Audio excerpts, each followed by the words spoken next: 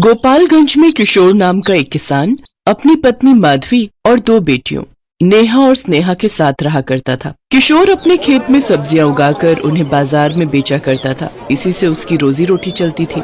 सब्जी ले लो, सब्जी ताजा ताजा हरी हरी सब्जी, जो आएगा वो खाएगा और जो नहीं आएगा वो पछताएगा। अरे किशोर भाई, ये बात तो तुमने बिल्कुल सच कही। जिसने तुम्हारी हरी ताजी सब्जियों को नहीं चखा वो तो सचमुच पछताएगा। चलो अब मुझे 1 किलो पालक, 1 किलो मूली और हाँ 1 किलो ये मेथी तोल दो भैया। हाँ किशोर भाई, आपके खेत की सब्जियां तो पूरे बाजार में सबसे ताजी और फ्रेश होती हैं। मुझे ना आप 1 किलो सीताफल, 2 किलो टमाटर और साथ में प्याज भी तोल देना। जी आप दोनों का बहुत बहुत धन्यवाद। आप लोग बस 2 मिनट रुकिए, मैं आपकी सब्जियां तोल देता हूँ। किशोर अपने खेतों की खूब देखभाल करता और उनमें तरह तरह की सब्जियां उगाकर बाजार में बेचता। सर्दियां अब जा चुकी थी और गर्मी का मौसम शुरू हो गया था। गर्मियों के मौसम में किशोर जब भी काम के लिए घर से निकलता तो उसकी पत्नी उसको ठंडा ठंडा सत्तू बनाकर देती। अरे माधवी, अगर तुम्हारा सत्तू बनकर तैयार हो गया हो तो मुझे जल्दी से दे दो। सूरज सर पर चढ़ाया है और मुझे बाजार जाने के लिए देर हो रही है। जी अभी लाई। कितना टाइम लगा दिया तुमने। तुम्हें पता है ना, ग्राहक के आने का टाइम हो गया है। जी वो मैं पड़ोस में जो प्रिया मैडम है ना, उनके यहाँ से बर्फ लेने गई थी। आपको पता है उनके घर में तो फ्रिज भी है और एसी भी। जब मैं उनके घर गई तो अंदर एसी चल रहा था। मुझे तो ऐसा लगा मानो मैं राजस्थान से कश्मीर पहुंच गई हूँ। ओए होए, कितना मजा आ रहा था, मैं आपको बता भी नहीं सकती। काश कि अपने घर में भी एक एसी होता। माधवी, अगर सपने से बाहर आ गई हो तो मुझे सत्तू का गिलास पकड़ा दो, मुझे देर हो रही है। अच्छा अब मैं चलता हूँ। और हाँ, वैसे खुली आंखों से सपने देखने में कोई बुराई नहीं है। देखो देखो है? किशोर अभी घर से निकल ही रहा होता है कि तभी धरती में एक तेज कंपन होता है और जमीन में दरार आने लग जाती है। किशोर को समझते देर नहीं लगती कि ये भूकंप है। वो जल्दी से अपनी पत्नी और दोनों बेटियों को लेकर खुले मैदान में चला जाता है और इस भूकंप में आधे से ज्यादा गांव तबाह हो जाते हैं। किशोर अपने परिवार के साथ सही सलामत बच तो गया था, लेकिन इस भूकंप में उसका सब कुछ तबाह हो चुका था। मई महीने की भीषण गर्मी में किशोर अपने परिवार के साथ यहाँ से वहाँ नंगे पैर भटकता रहता है। उसे कुछ समझ नहीं आता कि वो क्या करे। तभी उसकी बेटी नेहा उससे कहती है,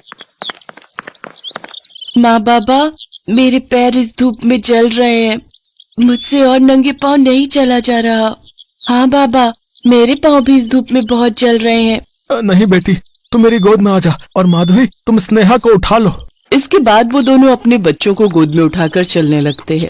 काफी देर तक धूप में चलने के कारण उनके पैरों में मानो अंगारे के चटके लगने लगते हैं और पाँव में छाले तक पड़ जाते हैं, लेकिन फिर भी आंखों में आंसू की धारा लिए वो दोनों चलते जा रहे थे। कुछ देर बाद वो एक नदी किनारे रुककर पानी पीते हैं और फिर एक बड़े से पेड़ के नीचे झोपड़ी बनाकर उसमें रहने लगते हैं।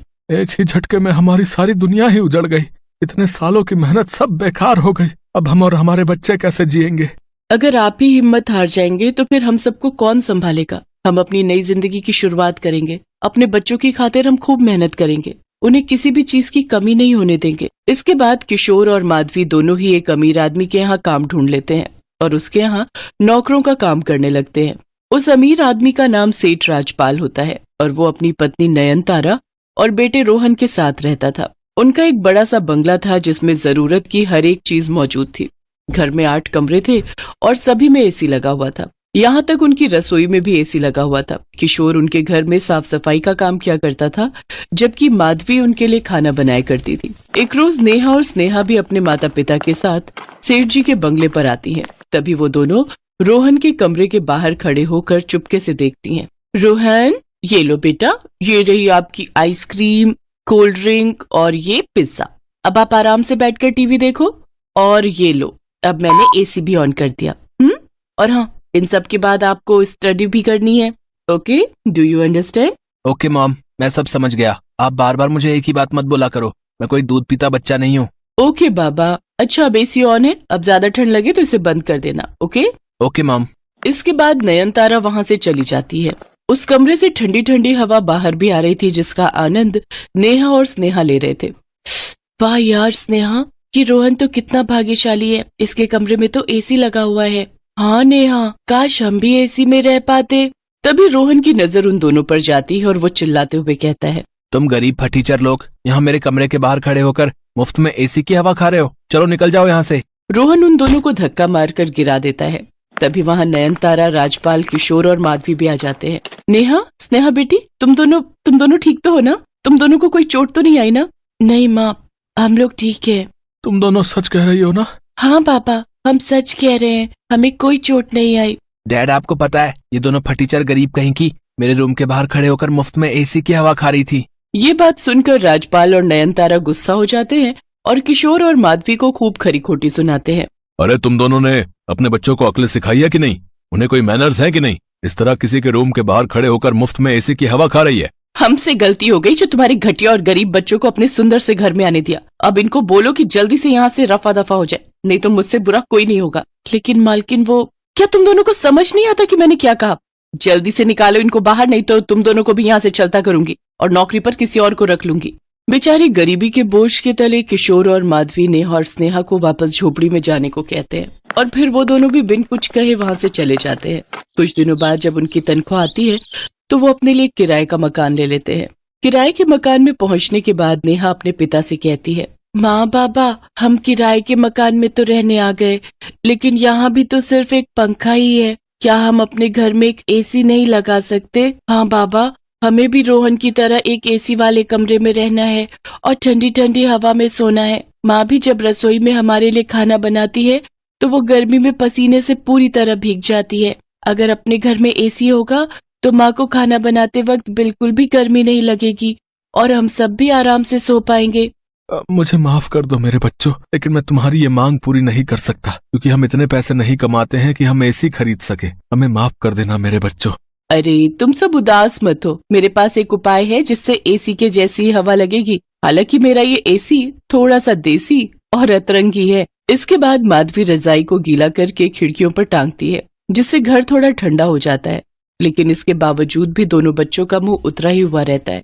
अपने बच्चों को उदास देखकर किशोर और माधवी भी उदास हो जाते हैं। ऐसे ही कुछ दिन बीत जाते हैं। एक रोज नयनतारा अपने गार्डन के पौधों को पानी दे रही होती है कि तभी वहाँ कुछ गुंडे आते हैं और नयनतारा को किडनैप करके अपने साथ ले जाते हैं। उसको किडनैप होता देख किशोर और माधवी देख लेते हैं और वो जोर से चिल्लाते हैं, मालकिन! माधवी जल्दी चलो, हम साइकिल में बैठकर उनका पीछा करते हैं। तब तक तुम पीछे बैठकर पुलिस को फोन लगाना।